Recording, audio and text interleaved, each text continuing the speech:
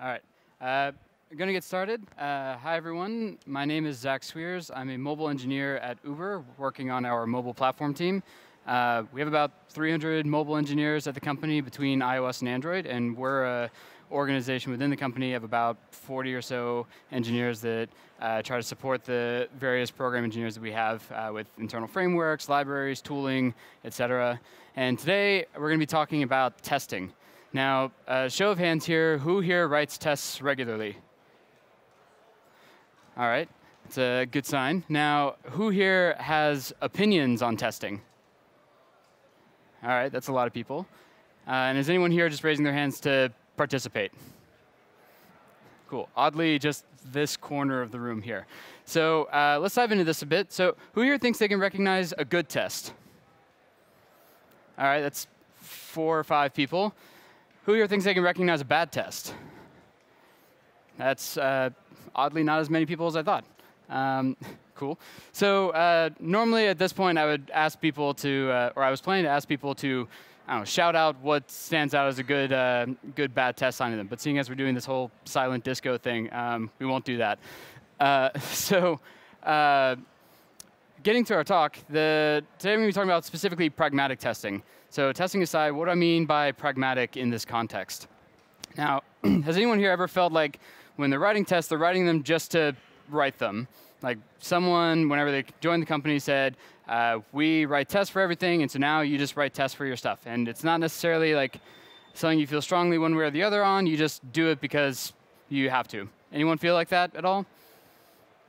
All right, this person over here. All right, so to me, this is something that actually comes up quite often, where you see a pull request comes up, a diff comes up, someone has written the code, and then their test plan for it is the test pass. And then whenever you look through the code review, all the discussion goes in about the actual production code in there, and then the tests in there are sort of like a Boolean check, like, do they exist? Yes, no, and that's about it. And to me, whenever I talk about pragmatic testing, it's really boiling down to being mindful of test design itself. Test culture, like I mentioned before, is often something that comes up as a sort of have to, and by way of that becomes something that does not end up adhering to the same quality standards as your actual production code. And this have to mentality lends itself also to writing tests because you have to do it now and not necessarily focusing on correctness and scalability long term. So the goal of this talk is to basically emphasize why leaning on pragmatic principles in test design can help steer your tests towards better scalability and long-term value. And we'll do that largely through some iteration on some example scenarios. Some non-goals of this talk are to convince you that testing is worthwhile. If you don't think it's worthwhile, then that's, every team is different. It's up to you. Some teams write no tests, and they have a really good QA team. Some houses are totally test-driven and have no QA. Like, really depends on what your goal is. But in this talk, I'm not really here to argue one way or the other on whether or not you should test. This is more about if you do test, what principles you should go in with that. A second non-goal is to talk about UI testing, just because it's, the principles here are generally applicable, but UI testing is a slightly different animal, and it's a lot harder to convince pixels to behave than it is to make meta points about API design. And the last non-goal is to knock specific libraries. I might recommend some libraries during the talk, but I'm going to try to avoid expressing an opinion on libraries that I think are bad, like Mockito. Just kidding. Sort of. Mockito is a great example, actually, of a library that is really powerful when used correctly, but can also lend itself to misuse and brittleness in your test. And we'll dive into that a little bit later in the examples. If I've offended you with that joke, here's a cute consolation pic of my roommate's dog after she tried to eat my Google Home. And if I offend you with anything else during the talk, my manager is giving the next talk, so you can tell him. So the first, on with the talk. The first and main facet of pragmatic testing that I want to talk about is boundaries. Now, a core principle in testing and really sort of modern programming in general with like design and whatnot is having a good sense of boundaries. Where part foo ends and where part bar starts. And where you start to try to externalize and control your architectural boundaries such that you can unit test them in isolation. So let's look at an example here. say we have a calculator and it has a simple basic arithmetic API. Now, we can toss in add, subtract, multiply, divide, and we have also the corresponding like equal and clear methods in there. Now, within this calculator, we have a few, or it's composed of a few components. So we have a input manager, we have a CPU, we've got a RAM, we have a display manager, and these components are all implementation details of how the calculator works. And under the hood, this flow is roughly, comes in through the input manager, sends it to the CPU. CPU might load some stuff into RAM, and ultimately, it loads the result into the display. Pretty straightforward. So cleaning this up a bit, magic move not working with me here. So let's do something simple. So say we want to do just 2 plus 2. So, and we want to write a test to verify that our calculator does this correctly. So we'll drop in our test method. We'll want a calculator instance. And we'll need these components in here, though. So in a sort of traditional like Mockito style test, you'll run through here and start making mocks to drop them in. So let's create these mocks. So we'll drop in a CPU, we'll drop in the RAM, drop in the display manager, and drop in an input manager. And then we'll add all those into the constructor here. Now we've got our calculator instance, and we can start running with our test. So let's test it with some verify calls. So first we'll toss in input.add 2 plus 2, or add 2 and 2. We want to verify that the CPU had the RAM connected to it. We want to verify that we've loaded 2 into the CPU. We're going to verify that we received input. We're going to store 2 in RAM to make space for the plus. Now we're going to load the plus into the CPU. We've received a new 2 for the second input of the 2, so we're going to load that in here. Make sure that loaded into the CPU. Load the old 2 from RAM. Plug that all into the CPU. Calculate the sum. And finally, display the result of 4. Finally at the end, and it is a bit long, but look at all that test code. Like that's a lot of test code. Reviewers are going to be so excited with this. I don't know if I totally understand what else is going on here, but it's a lot, and I'm just going to assume that's a good sign for test code. Does it work? No. Why? So if we go back here and look at this input method, this input is actually just a mock. It doesn't do anything. So even though we said add 2 and 2, it didn't go anywhere. How does this API work under the hood? We're going to have to actually make this functional. So in the API for our input manager, we might have like a input listener that you can register. So we'll want to get a hold of that listener that our calculator was doing under the hood. So in Mockito, they've got this API for capturing arguments called argument capture. I'm going to run through a little bit of that here. You basically create your capture, pass it in during a verify call, and then once that's done, you can pull out the listener.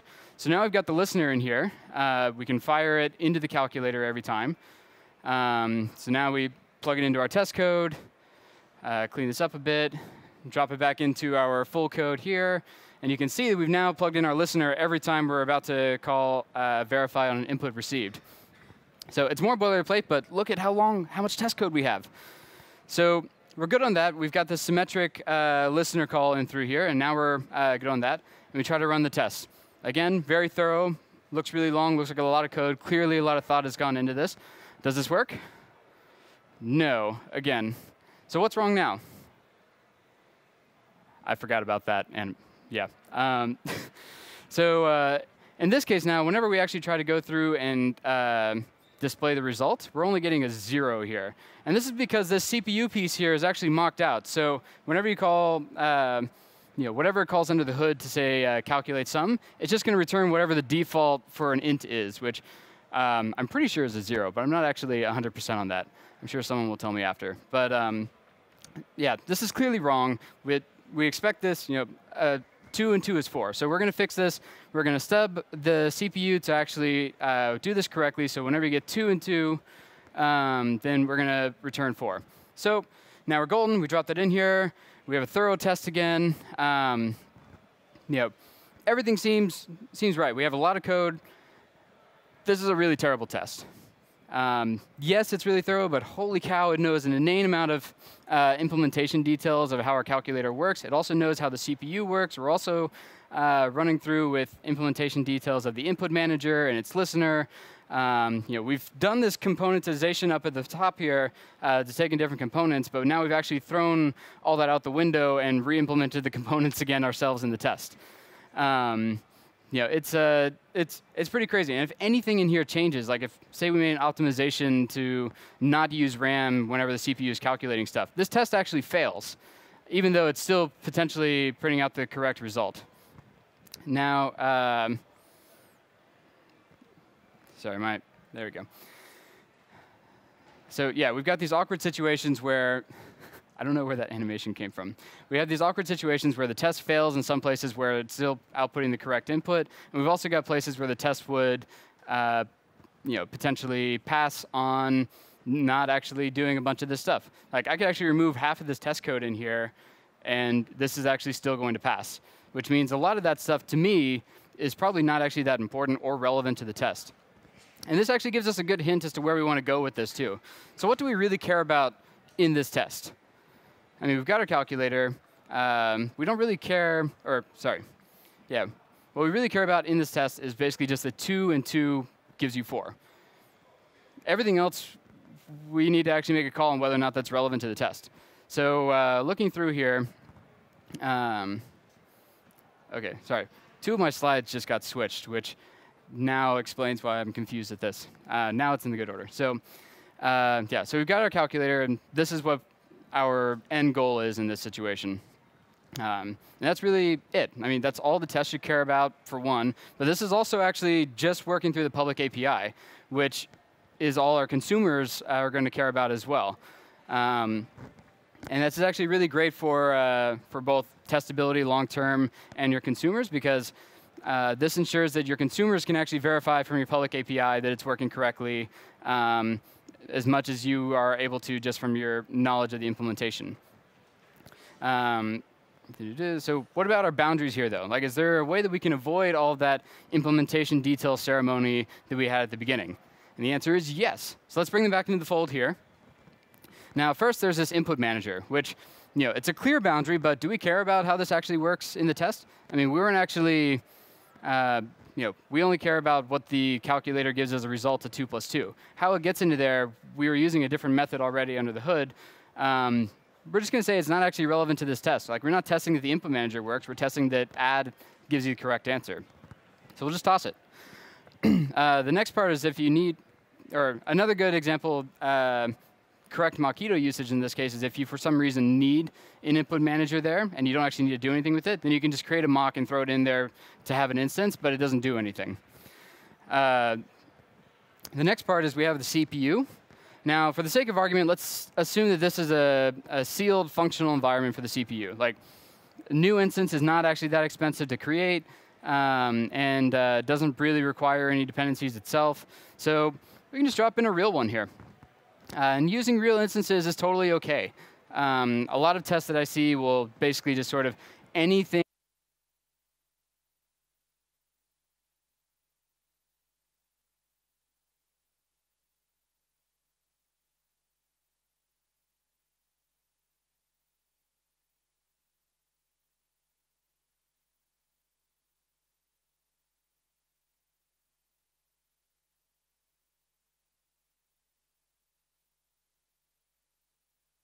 in nature and a bit more realistic to how it's going to be operating in a real-world condition.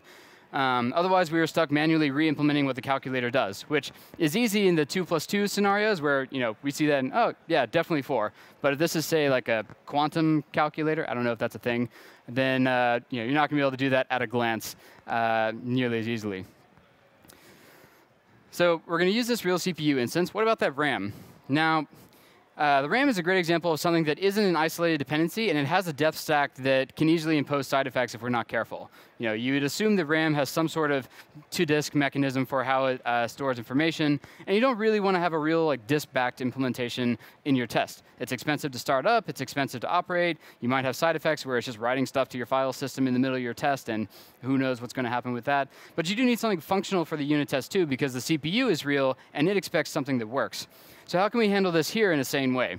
Well, if we look at the RAM, in our hypothetical API from our test before, it has some interface that looks like this, where you have a store in RAM that takes a key and then loads from RAM, and it gives you potentially back an object. This is pretty simple, and we can actually back this with any other implementation, which makes testing easier. So we can create, say, an in-memory RAM class that implements this RAM interface, and we just back it with a map or something. It doesn't go to disk, doesn't do anything expensive. It's just something like, just barely functional and robust enough for the sake of our test environment, but we don't actually need it to do anything more than that. In testing practices, this is called a fake. And now, it might seem overkill to go through and write this whole thing just for that one test, but you're almost certainly going to reuse this. And so the linear cost of writing a helper once is almost always going to be cheaper than rewriting it several times or doing the ceremony several times in a bunch of tests down the road. If you've ever used Room, the architecture component, this is exactly how their test helper works as well, where you create an in-memory database. So we can drop this in nicely. And we have it wired into our test here. And then another aspect of this is that we actually have already looked through and seen that only the CPU cares about this. Only CPU did anything with it. The CPU needed to be wired up to it. And this is actually a good opportunity or sign in our design that we can tweak the design of our calculator dependencies to know less about how the CPU works and let the CPU manage this directly. So that was a convoluted way to say that we can just make the CPU take in the RAM as a constructor parameter, and the calculator doesn't need to know anything about it. Now, if we change anything about how the RAM is used or how it works, the calculator is not going to fail because it never knew about it in the first place, as it should. And last but not least, what about that display? Now, this is where the result of our calculator is coming through. Earlier in our test, we were spying this via Mockito verify methods. And basically, it worked kind of like this. We had a display. We knew that somewhere under the hood, it was going to call this display result, and we wanted to make sure that it was showing a result that we expected. Now, in this case, it works. But if we have different avenues for how results can be saved or displayed, then this might not actually scale that well for us, especially if the granule of information, the data that we're passing through there, is still the same across there. So how can we make this more sort of value-oriented? We care that the display manager is showing a 4, but not necessarily that that specific method was called. And the way results are displayed may be different under different conditions. So there's a couple of ways to do this. The first is we could add onto the API just a simple way to read state. So we can say, get the current result and check that it's equal to 4. This way, returning the control over how information is held onto back to the display manager. Another way is to just record inputs in a custom fake. Now, depending on the complexity or surface area of your API, this can be a really powerful tool to add test utilities as well as recording pass-through. It also works well with composition or delegation. You can give it a real instance that you're just recording information through as it passes it on. It's really up to you to make a call on where the line is between things that you'd benefit from and things that would just be sort of nice to have, but maybe not necessary for the test. Another thing that we can look at here is actually, we call this a display manager, but that's again sort of an implementation detail. We could just log it somewhere, or we could not use it at all. It's really just about results and how we're pulling in this information, which itself can just be modeled in a state. So we can collapse all this stuff down here. We can maybe use a recording result handler class that we've written. And with the listener, we could push results. We can not know implementation details. It might not be displaying. It's totally fine. We're going to call this a result handler instead, because at the end of the day, we don't need to tightly couple it to being a display. This makes it really easy to handle results however you want, and it also keeps the calculator totally agnostic to what it's doing under the hood. So now our test looks like this, but we've lost some of that succinctness that we were going for before. Ideally, we just want to say 2 plus 2 is 4, and that's it. But now we've got 3 lines of boilerplate, the add call, and then the verification at the end. And maybe we like the flexibility that this case affords us, where we can go through, we can call add a bunch of times, we can go back and read the recorded values. But in this case, it might just be overkill, and it's totally fine. And we can make this as simple as we want for the scope of the test. So in this case, say this add method actually just returns the result that it was going to log under the hood as well. We can actually just read that directly rather than needing to record the result anywhere at all and just keep it simple. Do we always want this? Not really. But the flexibility is there, and it scales really well. So if you wanted to, you could then pull this information out. You can use a recording display manager. You can use different components for stuff. And the main point here is that this all becomes very easy to scale out to different tests, to fan out. You can drop in your recording result handler and run through and record stuff later. All that flexibility is available to you, and all of this is still at the same time running entirely through public APIs, which means that basically this test is not going to fail unless you actually break how your code works for everyone else that's using it. The key here is basically that you're working with values and not control flow or implementation details of your test. If you take nothing else away from this talk, take this basically. Use value as your boundary, and you'll naturally start to avoid testing implementation details. Whether it's intentional or by accident, your design and your architecture will actively start to prevent you from doing that. The next part that I want to talk about is failure. Now, this part is pretty simple, but often sort of overlooked in testing. And the main point here is that failure is something that should be designed for, and not necessarily a side effect of your code. So it's a simple concept, but it's really powerful in catching unintended side effects. And a lot of these effects, if you don't actively maintain them, or don't actively look for them, can build up a lot of tech debt over time. So let's look at an example. Say we've got this simple test here. It's a foo test.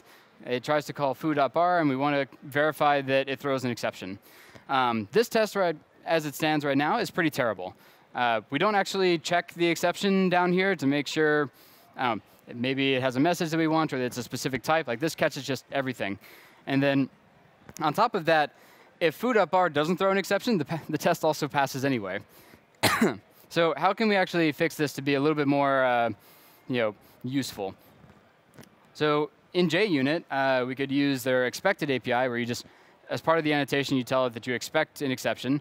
And this is better than what we had before. It's still a little bit hand-wavy, but we are saying that if this doesn't throw an exception, that itself is an error. But we still are catching this sort of top-level exception here, and not really like saying anything more than that. And it'd be nice if we could be a little bit more specific and intentional about it. So let's change it to catch a more targeted expected exception, which is better still. But what if we want to really dig in there and actually verify that it's a particular kind of message, or that the exception maybe has some data given back to us that we want to make sure that our exceptional handling is returning relevant information. So we want to drop that back into here and actually, given the exception that we have, go through and make some assertions on it. This is better than before, but we actually still have this foo.bar issue where if it doesn't actually throw an exception, the test will still pass. And the simplest way to go through that is drop in your own exception here that says this shouldn't have happened. And cool, this is good, mostly. One last note on this is that these error messages here are pretty bland and not useful. In practice, you want to make these more detailed and obvious.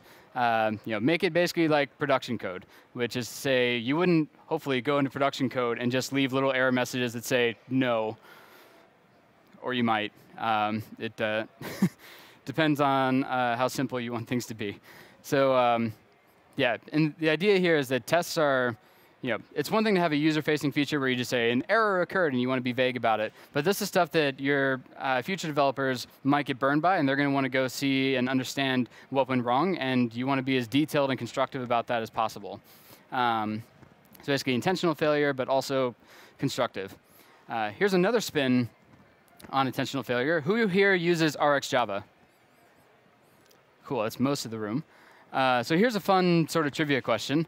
Say I've got this test where it's just a simple Rx test. I have an observable, I call error on it, and then I call subscribe with no error handling or anything. Does this test pass or fail? Show of hands if you think it passes. Show of hands if you think it fails. All right, no one's participating. And so the answer here is that it actually passes, even though in a normal real-world environment, with no exception or no error handling, this would just throw the exception and your app would crash. But in the test, it passes. And it makes no sense until you actually start going in and digging into how RxJava does unhandled errors under the hood. And it's a little bit weird here, but basically, rather than throw an unhandled error, it reaches into the current thread's main uncaught exception handler and just hands it over to it directly, which in a JUnit world, JUnit kind of just says, sure, thanks. We're just going to proceed. And the test just carries on fine anyway. And this happens in any sort of JUnit thing. So it's not just RxJava, but this is the biggest issue that we've run into with it. And it's sort of a little bit scary because basically you run tests and you see random error logs being printed to the console, but everything is still green and thumbs up. So internally, we wrote a JUnit test rule called RxErrors rule, and we actually we used it in an open source project that I'll link on the next slide here. But basically, it's an errors rule that records these unhandled errors as they're coming through, and basically says it's okay to have uncaught errors, but you have to go through and process them as they're happening to say, we expect this to happen, and I'm intentionally marking them as sort of acknowledged. We, after writing this rule, we went and turned it on in the monorepo that we have for all of our apps and discovered about 2,000 tests with unhandled errors, which we're still trying to go through and clean up today. Yeah, so basically, if you're working with RxJava and testing, this is it's a super specific example, but it's something that was really a huge eye-opener for us. Another thing with RxJava that's worth pointing out is as both a demo and a utility is its test observer. Now, test observer is a fantastic test utility that ships directly in RxJava. It can record data, it can make assertions about it for you, it has await methods, it's very functional in nature, and it's easy to get a hold of via just this test method that's on every RxJava type. It's a super simple entry point. It has no extra dependencies. It just works directly through RxJava's public API. And you can start calling these assertions on it and and do things with it. Now, the equivalent code for this in something like a Mockito environment where you want to mock an observer and record information through it might look something like this. And you're actually already writing a little bit more boilerplate for this than you would through the test API that it gives you. But we also have actually forfeited some of this await done, which is a test helper that is not normally part of the Rx API, but it gives you helpers for functionality that you want to force and test.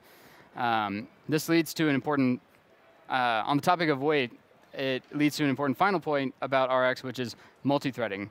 So at Uber, we switched our schedulers in tests to point to synchronous schedulers. So anything that tried to run on I/O, on computation, et cetera, basically we would force them all to be synchronous, and that just opened up a really interesting world of exotic tests that we, or test behavior that we didn't foresee.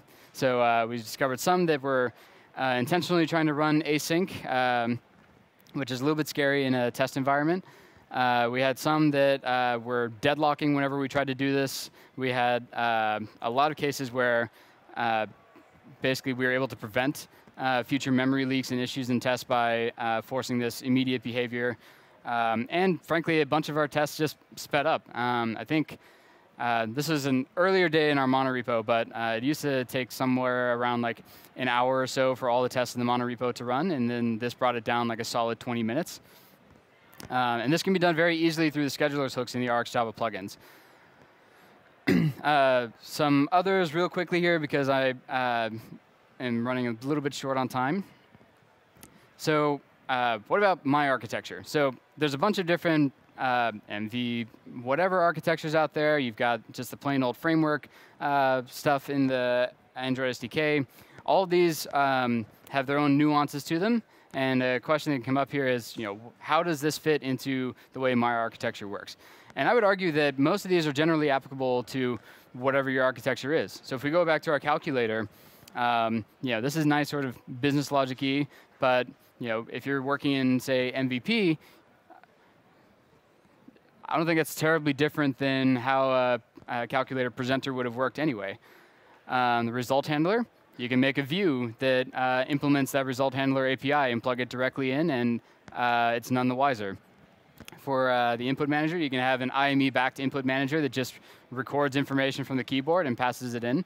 The beauty of having these sort of interfaces that allow you to stub in custom behavior and not make your calculator any wiser to it is really what helps drive this along. And if you were writing a test where you were enforcing certain, what's the word I'm looking for? Certain implementation details and understanding of how they worked in your test, this becomes much more difficult to scale out to different implementations. On the topic of architecture, another note in here that's worth bringing up is DI. So there's two sort of quick things I want to mention in this. Real quick, who here uses a DI framework of some sort? All right, that's almost everyone. The first point that I want to make is about field injection, which is a pretty common occurrence in like Android framework setups where you don't control the construction of these various components. So say you have an activity with some injections like this. This can be kind of awkward in a test because you have to create the object through some sort of test framework or a helper mechanism, and then you have to go and inject it separately afterward. And if you start adding any of these fields or changing them, then your test actually, you have to basically run them in order to know if they're missing again. Sometimes that can have unexpected side effects, sometimes they can't. But the point is basically it's very easy to accidentally lose sync between your tests and your and your member injected component. So at Uber, we ran into this because our custom in-house architecture had a similar setup where the framework would instantiate the component and then give it back to you, and then we would inject it with Dagger.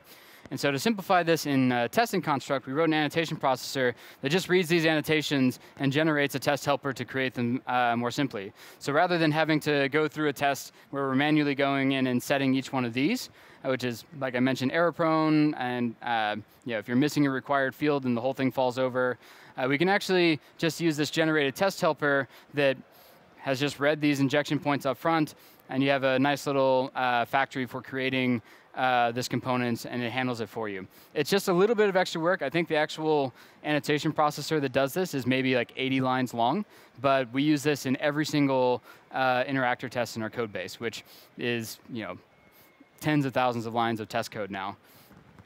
You can find a couple of examples of this sort of pattern online. One is in our actual open source RIBs project, which is tightly coupled to how RIBs work. There's another more general use one written by Vishnu Rajivan called Injection Helper that's also worth a look. And then for the second point here, it's more towards the Dagger users here, which I'm guessing of the people that raised hands using a DI framework, how many of you are Dagger users? All right, so it's about the same. So for the Dagger users here, one bit of sort of meta advice I'd have on this is to lean on this pattern heavily when doing your testing, rather than potentially like implementing component hierarchies and creating sort of these synthetic, multi-level conditions in your tests, because this keeps your business logic test very hermetic towards the rest of the world, and you're not depending on global state and having to do all this ceremony with components and whatnot. And frankly, this is way more lightweight than creating a whole fake application module and application component and piping the whole thing down to all your tests. What about state? This one's going to be really fast and phoned in. Use state machines, particularly if you're writing in Kotlin code. Seal classes are a great way to model this in an elegant way, and it becomes very easy in both your tests and your production code to read state and set clear expectations about where state should be after certain actions are performed. That's a super hand-wavy thing because I don't have that much time, so talk to me after. And in short, basically I want to cover some high-level bits of, I guess, what I'd recommend for pragmatic testing based on everything we've talked about today. So the first is value is the boundary. Now, this is whenever we had cases where we just wanted to read the value from our results, or if we had some sort of architectural boundary where we wanted to get information from it or receive information from it. Anything that you can do to avoid testing against how it's used and not necessarily what the effects are. So thinking of it in terms of input-output and not necessarily how you got there is going to help your tests scale and become more valuable over time. It makes you think more critically about where your boundaries are as well, and these sort of design decisions demand that kind of awareness. The implementation details might change, but the value is bound to the correctness of your component, and the emphasis on it naturally coerces you into writing tests that will ultimately allow you to refactor with confidence in the future. going back to the calculator example, if I optimize the CPU to not go to RAM and disk every time, that should ostensibly be a good thing. But then if my test starts failing because it was expecting me to do that, now I have to go and fix the test, and now I don't know if the test is correct anymore, and you've sort of lost the regression testing value that the test was really supposed to be there for in the first place. It's basically making it a change detector test. The next tip is basically that fakes are worth writing. So this is cases like the in-memory RAM. It's a linear, fixed upfront cost that pays for itself really after one use. It's a simple one, but it pays for itself really quickly. Another thing for library developers here is to ship your fakes. So if you have a lot of times you'll be writing tests, and then you end up writing these fakes for your own tests. And if it's a library, they almost certainly are going to be useful for users of your library in the wild. And if these test implementations have no dependencies on like Mockito or JUnit or any sort of test framework stuff, then ship it. I mean, this is what libraries like RxJava do. This is what Room does. It's super helpful, and it's it makes a world of difference to the consumers of your library that they not only have things that are batteries included and available for them to use, but it also helps you not only understand the implications of your own API changes, but also better help drive how people are working with your components in the wild.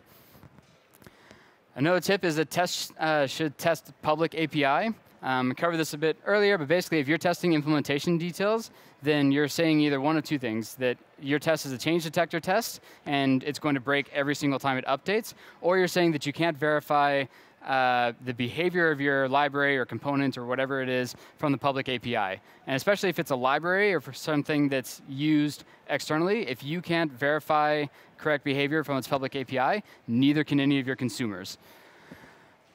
And the last bit for library maintainers is that if you are shipping a semantically versioned library, then try to treat your tests as semantically versioned as well.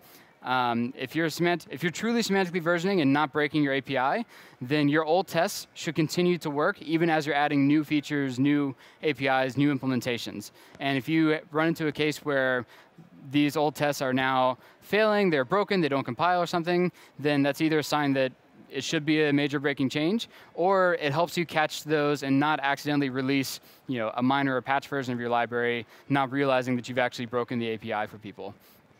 This naturally sort of falls out of testing your public API in tests, and basically gets to the point of like, you should almost never have to be saying update tests as a commit during code review and pull requests.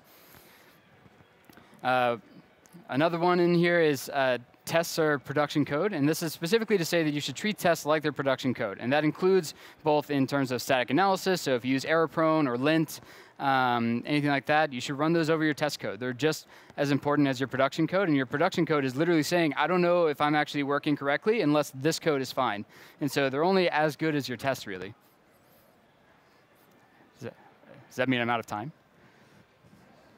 All right, I'm almost done with this. So the other side of this is code review. And for those of you that went to Rebecca Franks' keynote talk yesterday, a really important aspect of code review is being able to call out good things when you see it. And tests are actually a really great way to do that, because it not only demonstrates how your API works and how you've thought about different edge cases and corner cases that you're trying to cover with this, but it's also just, it's really easy for code reviewers to look at a test and be like, this is an awesome test. I wouldn't have thought of this otherwise. This is a really good demonstration of how this API works.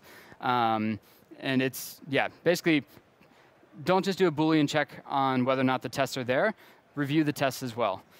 You'll learn a lot as a reviewer, and as the implementer of those tests, you can also get really valuable feedback on how your API design looks. One of the last ones here is the failure should be designed for. We covered this already a lot earlier, but just wanted to reemphasize this, that you should not have exceptions being thrown as side effects in your tests, especially if your tests still pass. That's really dangerous long term, and you really run the risk of having these exceptions being thrown in production and not catching them in your tests like you would want.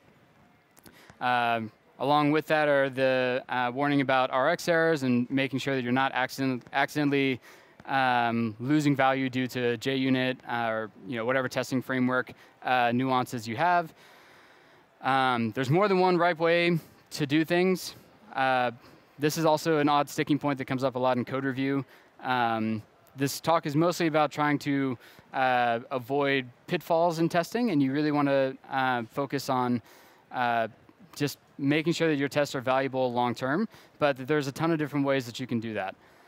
And the first, or the easiest way to do that is to keep it simple. Don't test more than you need to. If you're testing add, don't test the input manager along the way. It's OK to have short tests. And for further reading, I'll publish the slides after this talk, but there's a really great tech talk by Gary Bernhardt called Boundaries that when I was doing research for this talk, I came across this talk. I'm like, this talk is exactly what I want to talk about, but I figured the organizers wouldn't let me just show you a video of his talk. So go watch that. It's really good. Square libraries are a great resource for examples of what I think are really good, really well-architected test code. RxJava is another good example, also with its test helpers. Autodispose is a library of ours that ships like 3 or 4 test helper artifacts alongside our main level artifacts, and we use them everywhere in the autodispose tests as well as in our internal tests that use autodispose. And that's it.